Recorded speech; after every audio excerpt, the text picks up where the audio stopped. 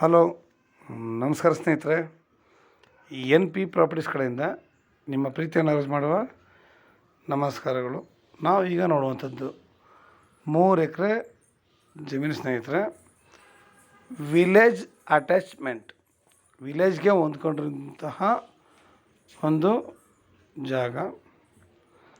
ನಿಮಗೆ ತಾರೋಡಿಂದ ಒಂದು 50 ಮೀಟ್ರ್ ಆಗುತ್ತೆ ಅಷ್ಟೇ. ತಾರೋಡಿಂದ ಒಂದು 50 ಮೀಟ್ರ್ ಆಗುತ್ತೆ. ವಿಲೇಜ್ ಅಟ್ಯಾಚ್ ನೋಡಿ, ಮನೆಗಳೆಲ್ಲ ಇದ್ದಾವೆ. ಮುಂದಕ್ಕೆ ಇದು ಸೈಟ್ಗೆ ಕನೆಕ್ಷನ್ ಆಗುತ್ತೆ. ಜಾಗ ತುಂಬ ಚೆನ್ನಾಗಿದೆ. ಇದನ್ನು 38 ಲ್ಯಾಕ್ ಹೇಳ್ತಾ ಇದ್ದಾರೆ ಪರ್ ಎಕರು. 38 ಲಕ್ಷ ಅಂತ ಹೇಳ್ತಾ ಇದ್ದಾರೆ. ನಾವು ನೇರ ಓನರ್ ಜೊತೆ ಮಾತಾಡೋಣ ಸ್ನೇಹಿತರೆ.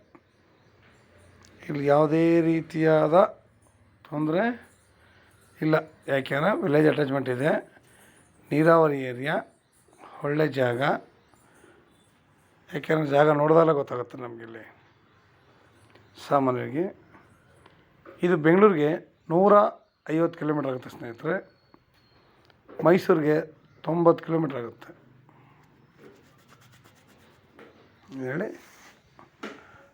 ನಮಗೆ ಇದು ಎಲ್ಲ ರೀತಿಯಲ್ಲೂ ಅನುಕೂಲಕರ. ನಾವಿಲ್ಲಿ ಏನೇ ಮಾಡ್ತೀವಿ ಅಂದರೂ ಸೈಟ್ ಬೇಕಾದ್ರೆ ಮಾಡಿ, ಇಲ್ಲ ಒಳ್ಳೆ ತೋಟ ಮಾಡಿ, ಫಾರ್ಮ್ ಹೌಸ್ ಮಾಡಿ. ಯಾಕೆಂದರೆ ಊರು ಅಟ್ಯಾಚ್ಮೆಂಟ್ ಇದೆ. N1 ಈ ಗಿಡಗಳನ್ನೆಲ್ಲ ಕ್ಲೀನ್ ಮಾಡಿಕೊಂಡು ನೋಡಿ, ಇದ್ರ ಸುತ್ತ ಕೂಡ ವ್ಯವಸಾಯ ಮಾಡ್ತಿದ್ದಾರೆ. ಎದುರುಗಡೆನೂ ಒಳ್ಳೆ ತೋಟ ಮಾಡಿದ್ದಾರೆ. ಫಾರ್ಮ್ ಹೌಸ್ಗಳು ಕಟ್ಕೊಂಡು ಅಲ್ಲೆಲ್ಲ ವಾಸ ಇದ್ದಾರೆ ಸ್ನೇಹಿತರೆ. ಆದರೆ ಸುತ್ತ ಕಲ್ಟಿವೇಷನ್ ಮಾಡ್ತಿದ್ದಾರೆ ಅಂತಂದರೆ ಅರ್ಥ ಮಾಡ್ಕೊಳ್ಳಿ, ನಾವು ಮುಂದಕ್ಕೆ ಒಳ್ಳೆ ಅಮೌಂಟು ಆಗುತ್ತೆ, ಒಳ್ಳೆ ಜಾಗನೂ ಆಗುತ್ತೆ. ನಾವು ಸೈಟ್ ಮಾಡಿದ್ರೆ ನಿಮಗೆ ಗೊತ್ತು ಇವತ್ತು ಸೈಟ್ ವ್ಯಾಲ್ಯೂಯೇಷನ್ ನಡೀತಾ ಇದೆ ಅಂತ. ಆಮೇಲೆ ನಾವು ಬಸ್ ರೂಟ್ ಇದೆ ನಿಮಗೆ.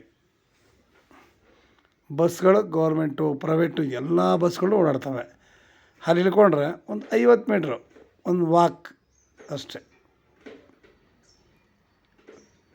ಸಾಯಿಲ್ ಅಂತೂ ತುಂಬ ಸಾಲಿಡ್ ಆಗಿದೆ. ನಾವಿಲ್ಲಿ ಈ ಗಿಡಗಳನ್ನ ಕ್ಲೀನ್ ಮಾಡಿಸ್ಕೊಂಡು ಒಂದು ಬೋರ್ ಹಾಕ್ಸ್ಕೊಂಡ್ರೆ ಸಾಕು. ನೀರಾವರಿ ನಮಗೆ ಅನುಕೂಲಕರವಾಗಿರುತ್ತೆ.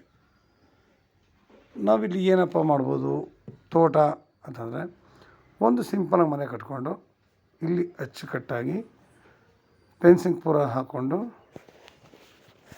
ನಾವಿಲ್ಲಿ ಅಡಿಕೆ, ತೆಂಗು, ಬಾಳೆ, ನೇರಳೆ, ಮಾವು, ಸಪೋಟ, ದಾಳಿಂಬೆ, ಈ ಥರ ಅನೇಕ ರೀತಿಯ ಸಾವಯವ ಕೃಷಿಗಳನ್ನ ಮಾಡಿದಾಗ ನಿಜವೂ ಅದ್ಭುತವಾಗಿರುತ್ತೆ ಸ್ನೇಹಿತರೆ. ಯಾವುದೇ ಒಂದು ತೋಟನ ಮಾಡಬೇಕು ಅಂತಂದರೆ ನೋಡಿ, ಸಾವಯವ ಕೃಷಿ ಮಾಡಿಕೊಂಡು ಇವತ್ತು. ಯಾಕೆಂತಂದರೆ ಪ್ರತಿಯೊಬ್ಬರಿಗೂ ಗೊತ್ತಿರೋ ಸತ್ಯಾಂಶಗಳು ಏನು ಗೊತ್ತಿರೋದು ಏನಿಲ್ಲ. ನಾವು ಏನೇ ತಗೊಂಡ್ರು ಕೆಮಿಕಲ್ಸ್ ಅನ್ನೋದು ಗೊತ್ತು. ಬೆಳೆಯೋ ತನಕ ಎಷ್ಟು ಸಲ ಔಷಧಿ ಹೊಡಿತಾರೆ ಅಂತಲೂ ಗೊತ್ತು. ಮಾರುಕಟ್ಟೆಗೆ ಅದು ಹಂಗೆ ಬರುತ್ತೆ. ಅಲ್ಲೇ ನಮಗೆ ವಾಶ್ ಮಾಡಿಕೊಡಲ್ಲ. ಮನೆ ಬರ್ತೀವಿ, ಆವಾಗಿಂದ ಹೊಡೆದಿರೋ ಔಷಧಿ ಒಳಗಡೆ ಕೂಡ ಅದು ಅಟ್ಯಾಚ್ಮೆಂಟ್ ಇದ್ದೇ ಇರುತ್ತೆ. ಯಾಕೆಂದರೆ ಉದಾಹರಣೆಗೆ ನಾವು ಒಂದು ದಾಳಿಂಬೆನಾಗಲಿ ಇಲ್ಲಿ ಇನ್ನೊಂದು ಹಣ್ಣೆ ಆಗಲಿ ನೀರಲ್ಲಿ ಹಾಕಿ ನೋಡಿ, ಒಂದು ದಿನ ಬಿಟ್ಟನಾದರೆ ಎತ್ತಿ ಗೊತ್ತಾಗುತ್ತದ್ರ ಇದು ಹೆಂಗಿದೆ ಅಂತ.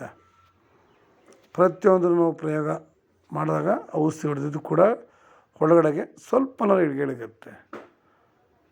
ಆಯಿತಾ.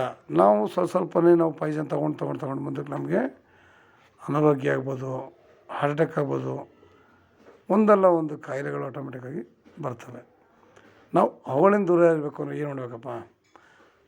ಹಾರ್ಮ್ಫುಲ್ ಕೆಮಿಕಲ್ಸ್ ಅಂದರೆ ಕಡಿಮೆ ಔಷಧಿ ಹೊಡ್ಕೊಂಡು ಸಾವಯವ ಕೃಷಿ ಆದಷ್ಟು ಹಟ್ಟಿ ಗೊಬ್ಬರಗಳನ್ನ ಯೂಸ್ ಮಾಡಿಕೊಂಡು, ಅಂದರೆ ನಾವಿಲ್ಲಿ ಒಂದು 4-5 ದನಗಳು ಸಾಕೊಂಡ್ರೂ ಸಾಕು, ಹಸುಗಳನ್ನ ಸಾಕೋರು 4-5. ಅದರಿಂದ ಬರುವಂತಹ ಗೊಬ್ಬರಗಳನ್ನ ಈ ಜಮೀನಲ್ಲೇ ಯೂಸ್ ಮಾಡಿಕೊಂಡ್ರೆ ಒಳ್ಳೆ ಬೆಳೆ ಬೆಳಿಬೋದು. ಎಲ್ಲ ರೀತಿಯೂ ನಮಗಿದು ತುಂಬ ಅನುಕೂಲನೇ ಆಗುತ್ತೆ. ಆಗ ಬೆಳೆದಾಗ ಸಾವಯವ ಕೃಷಿಯಿಂದ ಬಂದಂಥ ಹಣ್ಣುಗಳನ್ನ ತಿಂದರೆ ನಮಗೆ ಅನಾರೋಗ್ಯದಿಂದ ನಾವು ಮುಕ್ತಿ ಹೊಂದ್ಬೋದು ಅಷ್ಟೇ.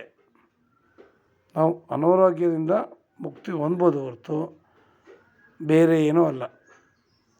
ಹೇಳ್ತಾರೆ ನಾವು ಒಳ್ಳೊಳ್ಳೆ ತಿಂದ್ಬಿಟ್ರೆ ನಾವು 1000 ವರ್ಷ ಬದುಕ್ತೀವಿ ಅಂತ. ಆಯುಸ್ಸು ಭಗವಂತನ ಇಚ್ಛೆ, ಆರೋಗ್ಯ ನಮ್ಗಳ ಕೈಲಿದೆ. ನಾವು ಆದಷ್ಟು ಅದನ್ನು ಎಷ್ಟು ಅಳವಡಿಕೆ ಮಾಡ್ಕೊಂಡು ನಾವು ಅದನ್ನು ನಮ್ಮ ಆರೋಗ್ಯ ಕಾಪಾಡ್ಕೊತೀವೋ ಅಷ್ಟು ನಮ್ಗೆ ಒಳ್ಳೆಯದೇ.